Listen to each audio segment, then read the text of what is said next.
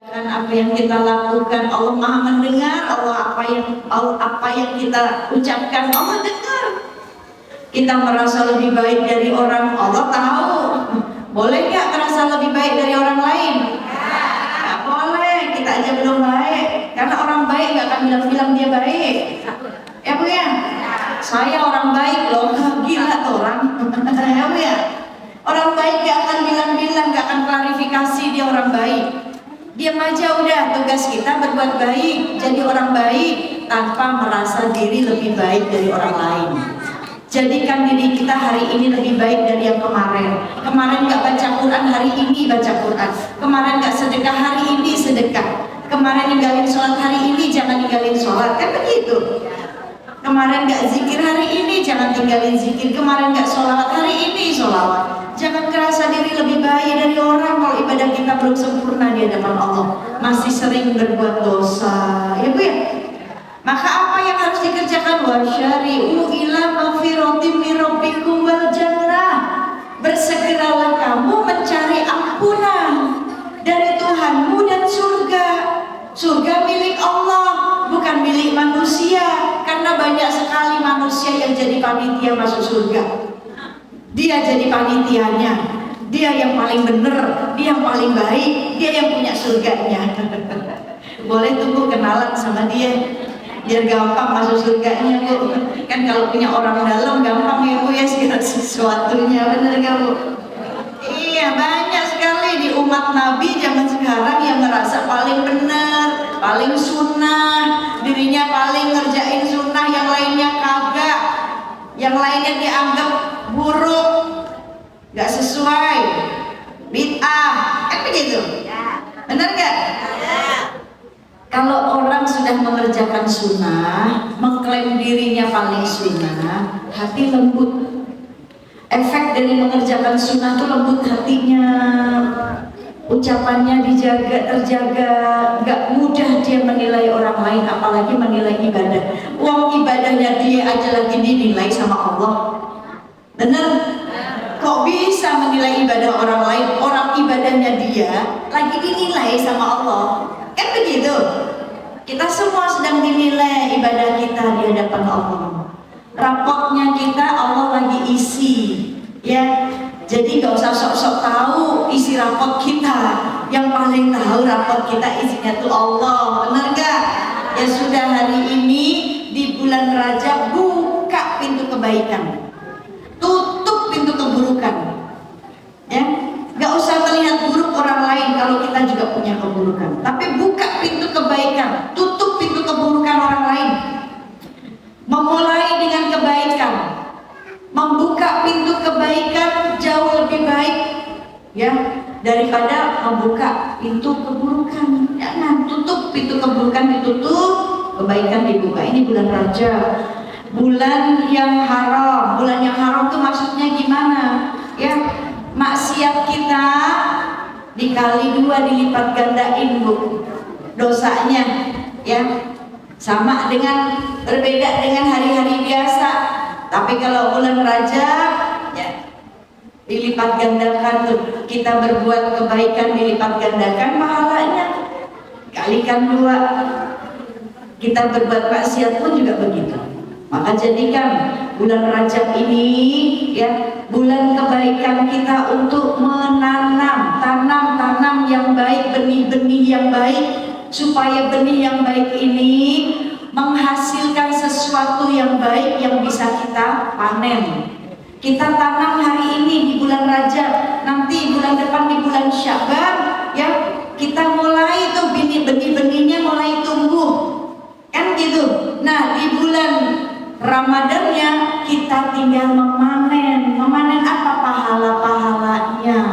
Diistiqomahinya di bulan Rajab, ya. Minta sama Allah doa supaya Allah sampaikan, Allah istiqomahkan kita, Allah mudahkan kita beramal soleh, dan sampai kita di bulan Ramadan. Allahumma barik lana fi Rajaban wa Sya'bana. Allahumma barik lana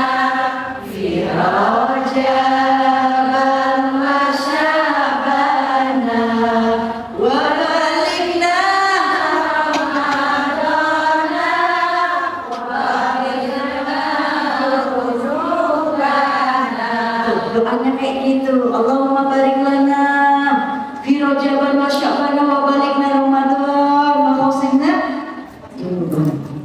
Doa seperti itu. Jangan Allahumma barik lana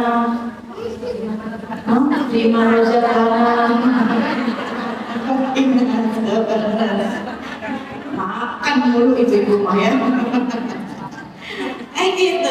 Ya, maka mulailah di bulan Rajab ini dengan sebuah kebaikan.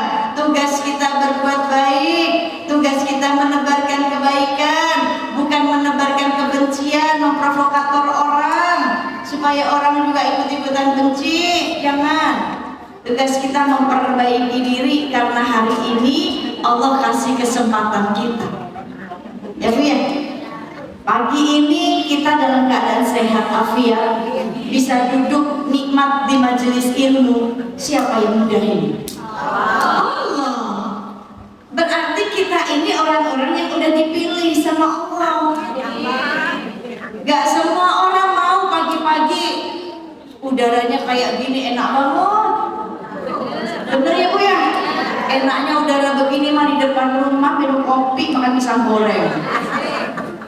Benar ya Bu?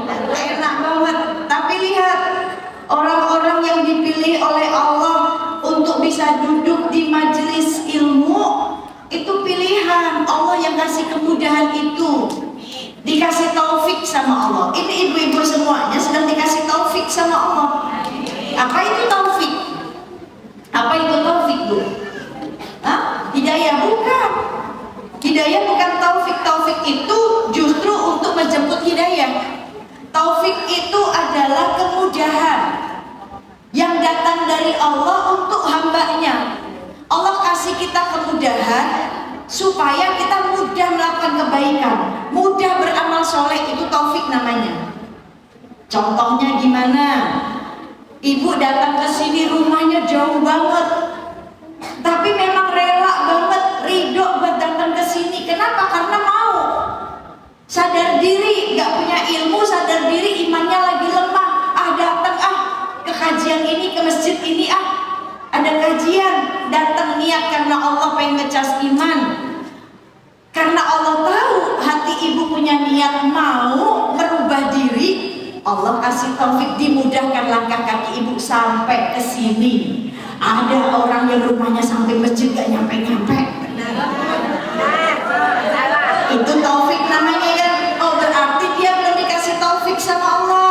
Kenapa? Hatinya belum mau duduk di majelis ilmu walaupun rumahnya sampai masjid. Betul nggak?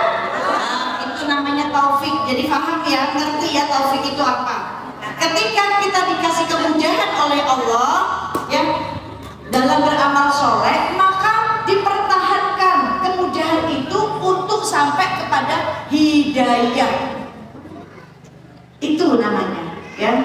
Makanya kalau doa kan komplit Bu. Ya Allah, berikanlah hamba taufik hidayah dan inayahmu, kan begitu. Gitu, kasih taufik dulu, dikasih kemudahan dulu untuk menjemput hidayah. Hidayah harus kita jemput. Tapi kalau tidak ada taufik dari Allah, nggak mudah. Karena Allah tidak akan merubah suatu kaum kalau kitanya juga nggak merubah diri kita. Itu taufik namanya. Soal sedekah nih, ada orang susah yang harusnya dia pun ditolong, kan begitu.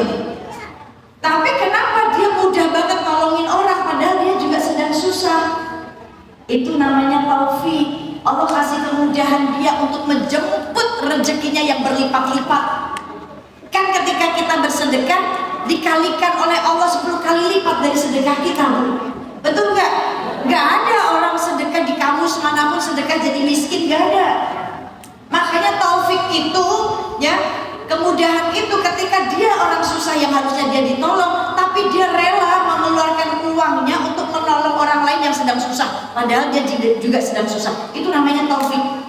Dia dikasih kefahaman, keyakinan sama Allah bahwa nih Allah datangkan orang untuk menguji dia.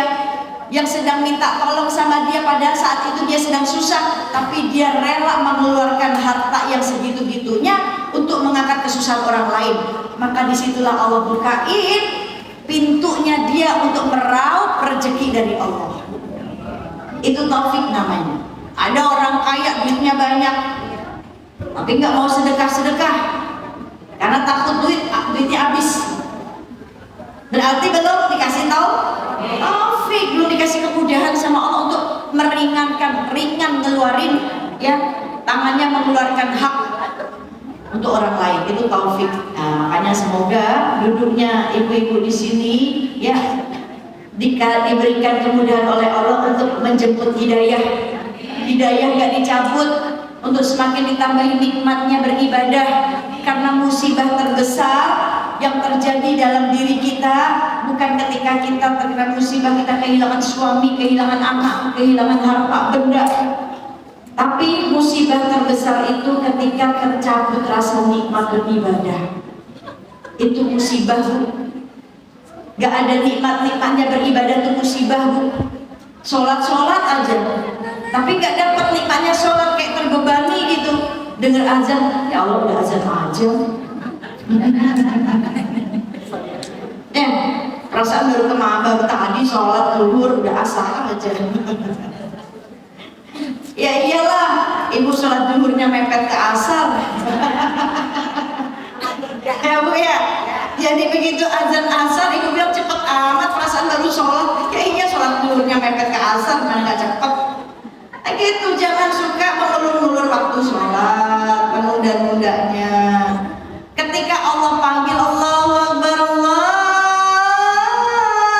Akbar, itu kan tanda panggilan cinta, Bu. Kita kalau namanya kita cinta, kita akan buru-buru datang ke orang yang kita cintai, kan begitu. Ibu dipanggil mas suami yang katanya ibu cinta mas suami. Beb, sini Beb. Ibu diam aja. Beb, sampai suami keras suaranya. Beb, sampai 3 kali baru apa sih? Beb. Kesel gak suami, Bu? Lah, katanya cinta, tapi dipanggil sekali diem. Kalau cinta tuh dipanggil sama orang, dengar suaranya orang yang dicintai itu langsung nengok, Bu. Betul gak? Ya iya, berarti cintanya ibu dusta. Itu cinta gak dengar atau budek? Gak taat atau budek, kan begitu? Ya, bener gak? Begitu juga ketika Allah panggil hambanya dalam azan, itu saking baiknya Allah, kita disuruh istirahat. Yang lagi kerja suruh istirahat, kan begitu? Yang lagi di kantor suruh istirahat, sholat dulu. Coba gak ada istirahatnya, capek, Bu. Itu gak? Itu tanda Allah cinta. Maka kalau cinta, ya temui orang yang kita cintai. Kalau rindu, temui orang yang kita rindu, kan begitu. Jangan sampai cinta kita dusta. Cinta sama Allah, panggilannya gak dipenuhi, perintahnya gak dikerjakan, larangannya gak ditinggalkan. Cinta kita dusta. Betul apa betul? Iya. Cinta sama Nabi Muhammad, ya, tapi gak mengikuti ajarannya, gak ngikutin akhlaknya, gak mencontoh akhlak beliau yang santun, yang baik, yang lembut. Cinta kita dusta, Bu. Cinta itu kita akan terus senang mengingat orang yang kita cintai, dan akan menyebut-nyebut nama orang yang kita cintai. Ketika orang yang kita cintai menyapa kita, gemetar hati kita. Ini ketika azan buru-buru, ya, langsung buru-buru nih, beres-beres, bersih-bersih, wudu, pakai bajunya yang benar. Jangan mentang-mentang di rumah mau menghadap Allah pakai daster, kan muka saya cakep, tapi pakai dasternya begitu, mukenanya bagus sih, harganya 2 juta, tapi tipis, dasternya kelihatan.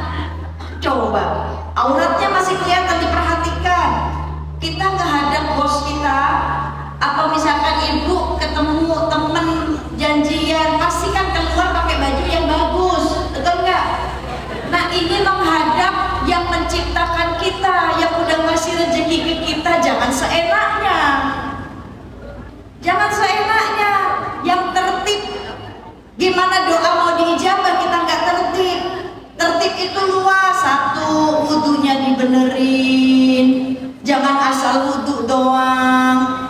nyipratin muka doang, nggak gitu Bu. Sampai nih ya anak-anak rambut kita basah nih, sampai di pelipis ini nih, di ujung kepala kita sampai ke sini itu harus basah.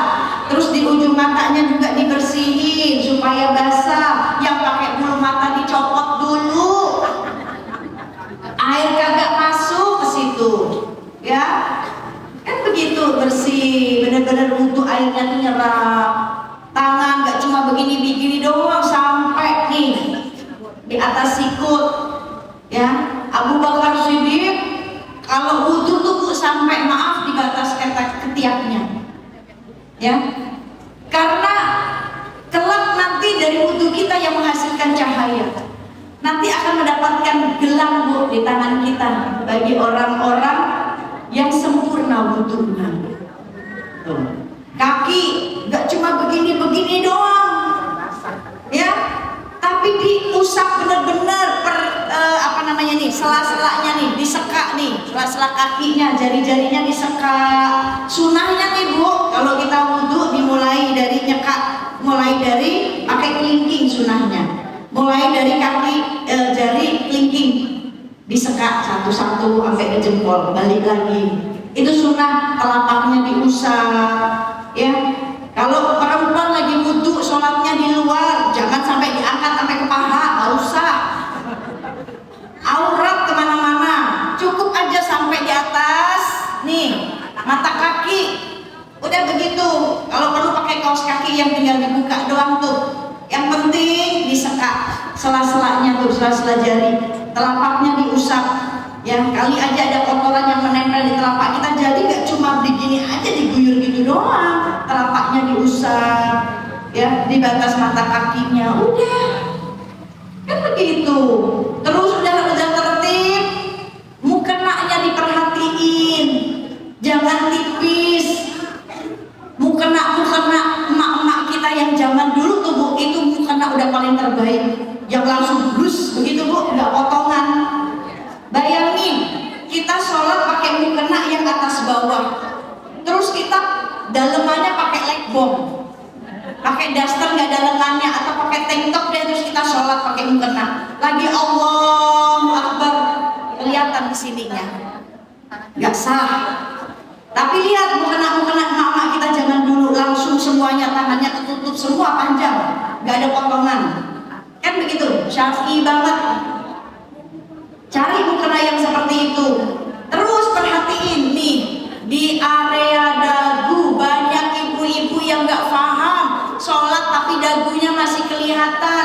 Apalagi kalau pakai mukena yang pakai resleting cuma sampai sini. Ini leher kita aurat. Batasnya nih sampai di sini, diajuin tuh, dimajuin. Kalau lagi sholat dimajuin, nutupin tuh dagunya, ditutupin. Kalau leher masih kelihatan nggak sah. Oh maaf lahir batin. Ya, banyak ibu-ibu yang nggak tahu. Makanya kalau di majelis saya, selesai majelis kita sholat berjamaah, saya lihatin dulu atuh. Saya tegur itu, majuin lagi, biar nggak kelihatan lehernya, sampai tarik ke dagu. Makanya bikin tuh mukena yang area sininya pakai bahan jersey, jadi enak dimajuin begini. Kalian promosi, saya bikin tuh akhirnya. Loh, jadi syiar dakwah saya, bener nggak? Saking banyaknya orang jual mukena tapi nggak paham. Akhirnya daerah sini kelihatan semuanya, ini aurat Bu, kan begitu. Terkecuali wajah dan telapak tangan kita. Nah selebihnya kan ini aurat kita. Makanya akhirnya saya bikin, saking banyaknya orang-orang yang jual mukena hanya sampai batas di sini aja. Ini leher masih kelihatan. Akhirnya saya bikin gimana caranya ini jadi dakwah saya. Ya, dikasih di sininya ada kayak kantongnya, jadi bisa dimajuin begini, ketutup semuanya. Mukenanya lus langsungan. Jadi aman. Mau kita sholat di rumah pakai daster pun, pakai tank top aman, karena mukenanya langsungan, nggak akan kelihatan. Bahkan ketika kita sujud nih, kalau pakai mukena atas bawah, ketika sujud kain atasan mukena kita pasti terbang, nempel dan langsung nutupin wajah kita, nggak sah. Makanya harus agak ditarik supaya ketika kita sujud kain mukena kita nggak nutupin wajah kita, karena tidak boleh kita sujud di atas kain yang bergerak, terkecuali sajadah kita, karena sajadah nggak bergerak. Kalau mukena masih bergerak. Kalaupun ibu pakai mukena atas bawah, diperhatikan tipisnya, tebal tipisnya diperhatikan, ya. Terus ketika sujud diperhatikan, jangan sampai terbang tuh mukenanya nutupin muka kita di atas sajadah, jangan. Sebelum sujud agak begini ditarik, ya. Udah paling bener pakai mukena zaman dulu deh. Orang-orang zaman dulu udah terbaik deh, Bu. Yang zaman sekarang beradul semuanya. Ya Bu ya, ini kembali lagi Rajab. Apa sih Bu? Perintah apa di bulan Rajab? Ada peristiwa apa? Peristiwa yang indah. Peristiwa Isra wal Mi'raj. Kita semuanya tahu, anak-anak kita tahu bagaimana sejarah Isra wal Mi'raj. Makna dari Isra wal Mi'raj adalah satu, perintah Allah tentang sholat yang diberikan kepada Nabi Muhammad, yang tadinya sholatnya 50 waktu. Coba bayangin Bu, kita disuruh sholat sehari 50 waktu kayak gimana? Ibu gak sempet ngopi-ngopi di luar. Bagus sih sebenarnya, ada bagusnya. Jadi kita gak punya waktu nongkrong ngomongin orang, gak perlu, ya Bu ya. Sholat terus, tapi nggak mungkin. Bahkan kata Nabi Musa, minta keringanan sama Allah, karena umatmu nggak akan sanggup sholat sehari 50 waktu. Benar kata Nabi Musa, umatnya Nabi Muhammad nggak akan sanggup sholat sehari 50 waktu. 5 waktu aja masih pada nggak sholat. Benar ya? 5 waktu aja masih pada berani nggak sholat. Padahal perintahnya tentang sholat. Udah dikasih keringanan dari 50 waktu jadi 5 waktu, masa masih nggak mau sholat lagi? Nggak masih sholat juga? Sholatin aja buru-buru. Ya Bu ya. Yang sudah mati berada di alam kubur, ketika mereka nggak sholat, mereka nyesel, minta dikasih kesempatan lagi sama Allah, tapi kesempatannya nggak ada. Karena kesempatan cuma ada di dunia, kesempatan itu cuma sekali, kan begitu? Nyesel Bu, karena sholat ini penting. Yang pertama akan ditanya tentang sholatnya, betul? Nah buat kita yang udah sholat istiqomah, apa sih hasil dari sholat itu? Inna sholata tanha 'anil fahsya'i wal munkar. Sesungguhnya sholatku mencegah diri berbuat keji dan kemungkaran. Mencegah dari kemungkaran. Berbuat keji, habis sholat lisannya dijaga, jangan keji-keji banget sama orang, ngebully orang, menghina orang, menghakimi orang, nyaci maki dan segalanya, merendahkan orang, menilai orang sebelah mata padahal dia punya 2 mata. Yang satu lagi kemana katanya, yang cuma punya 1 mata cuma dajjal. Berarti yang senang melihat orang sebelah mata dia. Bu ya, jangan gampang nilai orang. Punya tetangga dulu ahli maksiat, tatoan, tukang mabok, terus kita menghina, merendahin dia. Hebat banget kita juga belum dijamin masuk surga. Kita nggak tahu, mungkin dia di malam hari sedang berjuang untuk taubat. Kan setan itu Bu punya 90 cara buat ngegagalin taubatnya manusia. Mungkin saat itu dia mau taubat, setan bilang jangan dulu, ngapain sih masih muda juga. Sama kayak lagi sedekah Bu. Orang yang susah sedekah itu setan tuh lagi ngompor-ngomporin, ngapain sedekah, sok-sokan deh, utang kamu juga masih banyak. Ya Bu, itu cara setan menggagalkan takwanya manusia, karena setan gak punya iman. Iblis gak punya iman, makanya dia rampas iman-iman manusia. Ketika manusia ingin taat kepada Allah, dia gangguin, dia cegah, dia kompor-komporin. Jangan nyalain setan ya. Kata setan, ente yang ngikutin. Ya Bu ya. Ini. Maka hasilnya dari sholat kita nih berbuat baik, santun akhlak, santun lisan, nggak merendahkan orang. Bu, kok bisa kita merendahin orang yang ahli maksiat? Kita nggak pernah tahu. Ada kisahnya Bu, ada kisahnya. Ya ketika Rasulullah ditanya siapa yang paling baik ya Rasulullah, ada 2 orang dari hambamu, satu ahli maksiat, satu ahli ibadah. Yang ahli maksiat ini baik banget sama orang, suka nolongin orang, hatinya baik, lisannya baik, gak pernah nyakitin. Tapi yang satu lagi yang ahli ibadah, senengnya nyakitin orang, lemes banget tuh mulut. Ada aja orang diomongin sama dia. Ya Bu ya. Siapa di antara mereka yang paling baik ya Rasulullah? Apakah ahli ibadah atau ahli maksiat? Rasul mengatakan dua-duanya baik. Yang ahli maksiat baik. Semoga dengan kebaikan dia, yang dia dia senang nolongin orang, yang akhlaknya baik, lisannya baik, semoga dengan kebaikannya membawa dia, Allah kasih hidayah jika dia berhenti dari maksiatnya. Kan begitu? Yang ahli ibadah pun juga baik. Semoga dengan ibadahnya Allah berikan hidayah, akhlaknya yang gak baik jadi baik. Dua-duanya baik. Kalau dua-duanya baik, siapa yang gak baik ya Rasulullah? Yang gak baik, yang suka menilai orang dan merendahkannya. Nah loh.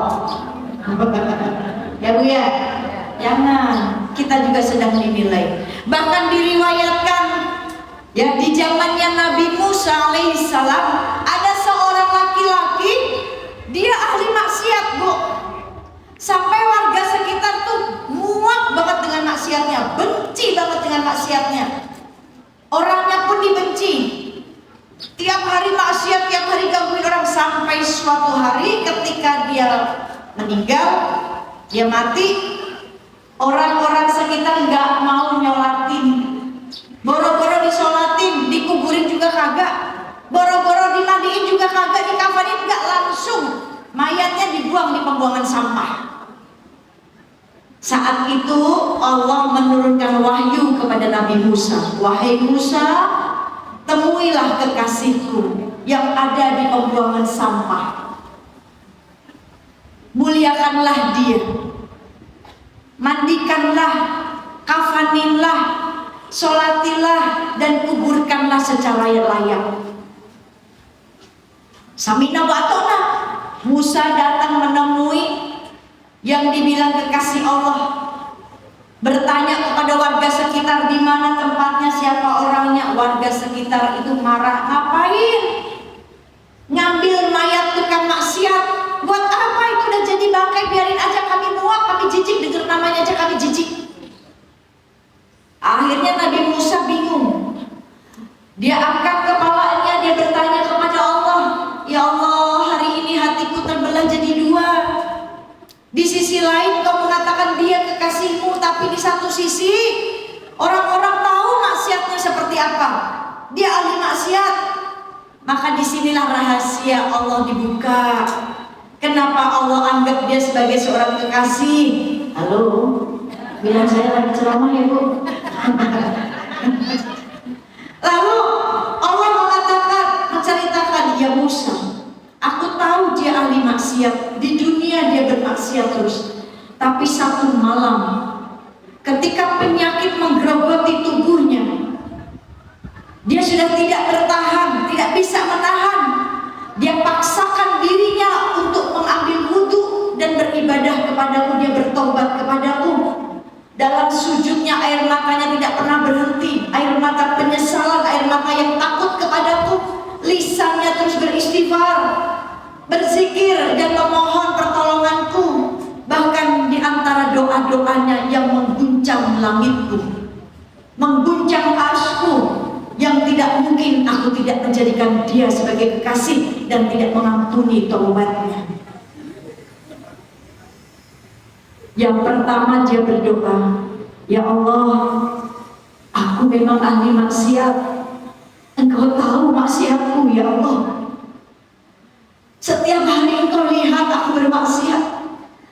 Tapi aku bermaksiat ini karena bujuk rayu teman-temanku yang buruk, yang senantiasa mengajakku untuk bermaksiat.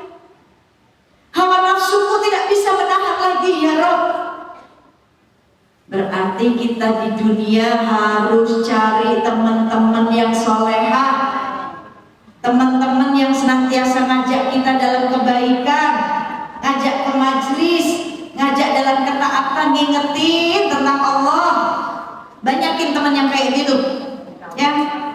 Jangan teman yang senangnya flexing-flexing aja, ngomongin orang. Jangan, udah.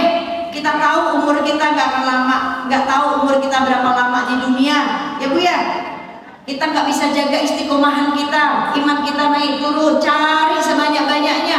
Karena apa? Dalam hadis dikatakan sahabat sejati nanti kelak di hari kiamat akan menjadi musuh satu sama lain, terkecuali sahabat yang mengingatkan dalam ketakwaan.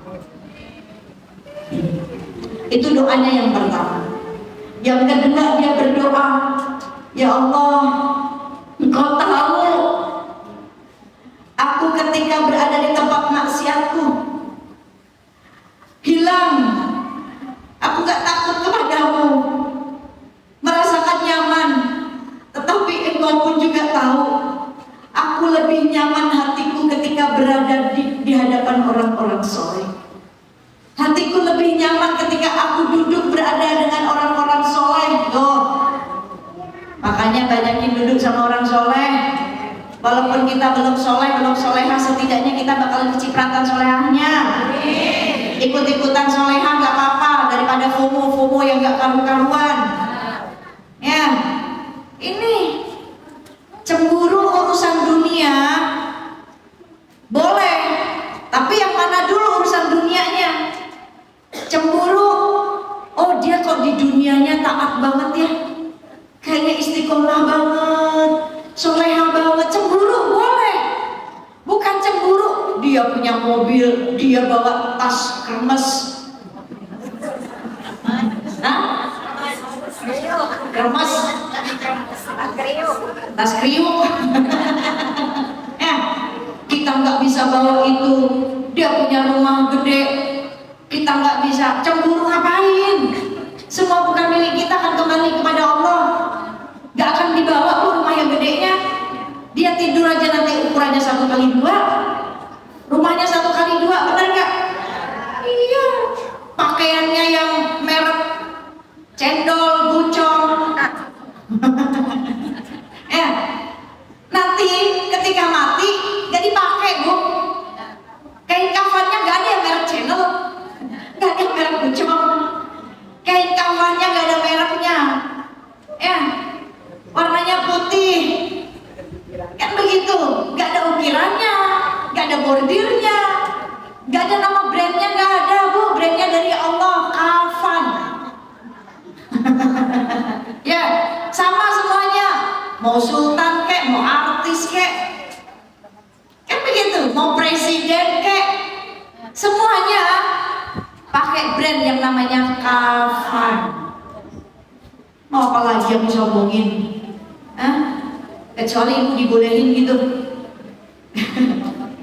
Gak mau pakai kafan, saya mau pakai baju yang paling saya senengin. Yang mahal. Agak Bu, pakai kafan juga. Ya. Ngapain terus cemburu urusan dunia sama orang? Cemburu urusan akhiratnya. Dunia yang membawa dia kepada akhirat itu boleh dicemburuin. Kan gitu. Ya. Ini. Maka sholatnya menghasilkan kebaikan. Karena perintahnya di Isra Mi'raj mengerjakan sholat, benar. Tapi sholat yang seperti apa? Ada orang sholat, setelah sholat ngomongin orang, banyak gak? Ada orang sholat, habis tahajud malamnya nangis-nangis, siangnya kerja dia korupsi, ada gak? Banyak Bu. Bukankah di surat Al-Ma'un orang yang sholat juga bisa celaka?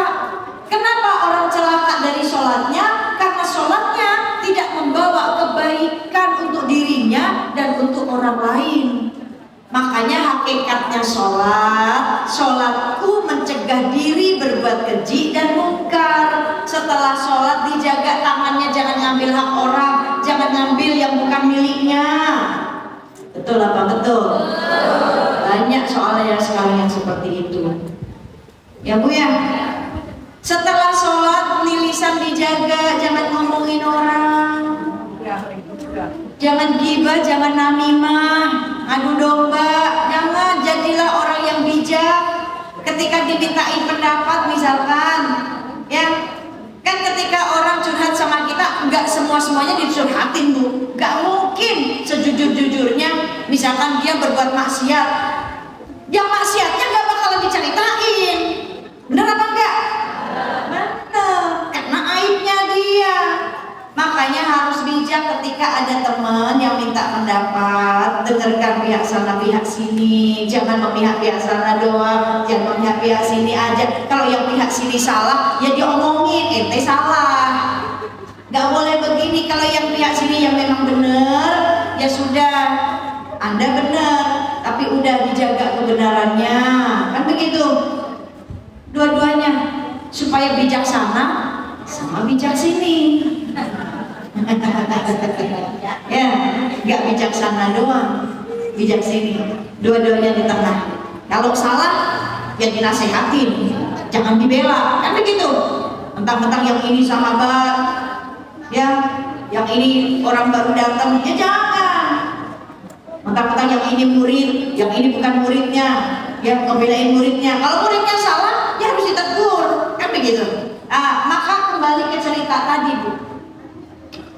Doanya yang ketiga, ya, orang maksiat ini, doanya yang terakhir ini yang menguncangkan arsku, hingga aku tidak mungkin tidak menerima taubatnya, tidak menjadikan dia sebagai kekasihku yang berharap ampunanku.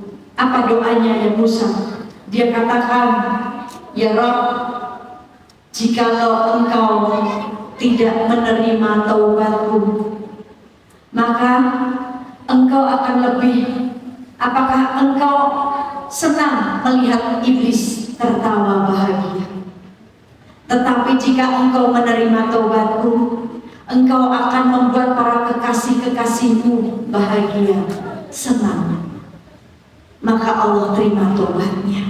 Bu, jangan memutuskan hak orang dalam urusan taubatnya. Semua orang punya hak mengenal Allah, semua orang punya hak dicintai Allah, semua orang punya hak untuk mengejar ampunannya Allah, untuk berubah. Jangan kita mudah menilai orang sebelah mata, merendahkannya karena masa lalunya. Orang gak akan hidup dengan masa lalunya, ya Bu ya. Mereka punya masa depan juga. Maka makna dari Isra Mi'raj perintah sholat, tetapi nyambung ke makna yang kedua. Makna kedua dari Isra dan Mi'raj ini adalah perubahan akhlak dari perintah sholat itu. Sholat merubah akhlak kita, kan begitu. Tapi tetangga saya sholat dulu tapi gibah juga Umi. Bener nggak? Jangan salahin sholatnya. Oh nggak ngegibah. Apa Bu? Oh, cari informasi. Namanya kepo Bu. Ibu tahu kepo? Kepo itu makanan yang pakai kelapa yang warnanya hijau. Oh itu kokon, jauh ya Bu ya. Kepo boleh nggak? Siapa yang bilang kepo boleh? Saya kasih apel. Boleh nggak kepo? Nih saya kasih apel nih. Boleh kepo? Hah? Boleh? Boleh memang. Tapi kepo yang meningkatkan iman kita. Maksudnya gimana Umi? Kepo ningkatin iman? Emang ada? Ada. Kepoin kehidupan Nabi Muhammad, kepoin kehidupan istri-istri Nabi, imannya seperti apa, takwanya seperti apa, sabarnya seperti apa ketika diuji, penderitaannya seperti apa. Kepoin kehidupan Nabi, kepoin kehidupan istri-istri Nabi.